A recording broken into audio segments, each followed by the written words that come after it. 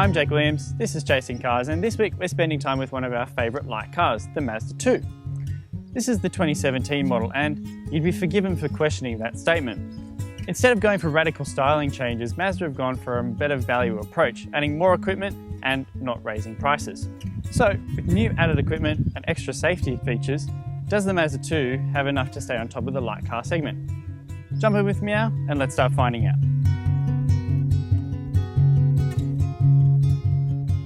The third generation Mazda 2 has never been a practicality superstar, and the 2017 model doesn't change that.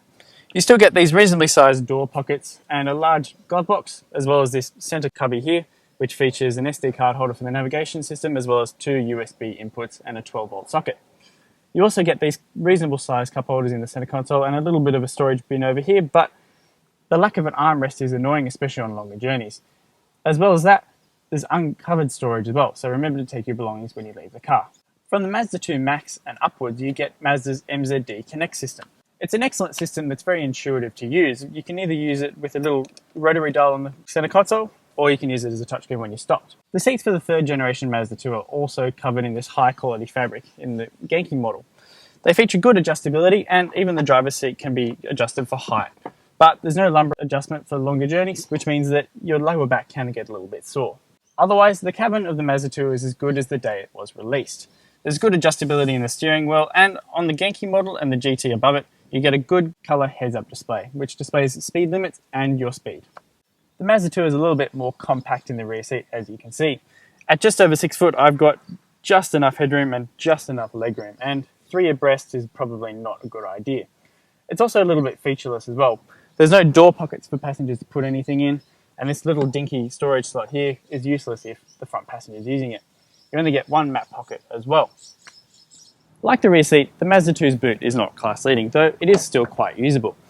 Open the tailgate and you're greeted with a wide opening and an average 250 litres of space. There's quite a distance between the boot floor and the boot opening, and unlike the Skoda Fabia, there's nowhere to really store things or tie things down. It's just a large space. Keep in mind though that when the seats are folded, there's quite a step between the boot floor and the seat back. Despite the addition of some new equipment to the whole range, like electric folding mirrors and potentially life-saving autonomous emergency braking, the 2017 Mazda 2's pricing has not changed from last year. It still starts from $14,990 plus on-road costs for the entry-level Neo.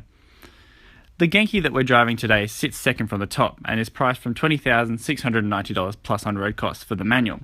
The Genki and the GT that sits above it also gained blind spot monitoring and rear traffic alert for 2017, which is a segment first. In all, the updated Mazda 2 represents the best value in the segment and is the safest as well, with a whole range of active safety equipment that isn't even available on the vast majority of its competitors. Mechanically, the 2017 Mazda 2 range remains largely unchanged, and that's a good thing because the Mazda 2 has always been one of the most dynamic cars you can buy in the light car segment. There were little changes made to the steering to make it a little bit quicker on the rack, and this overall makes it even better in terms of dynamics. The steering itself is quite a good system. It's got good levels of feel, and around town it's quite light, which makes it easier to park. It weights up though when you get a little bit faster, and that means that on highways it gives you quite a lot of confidence when you're driving. The handling of the Mazda 2 is also quite good as well.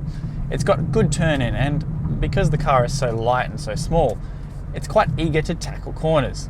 Part of the 2017 update for the Mazda 2 was targeting the road noise levels, something of a typical bugbear of Mazda products.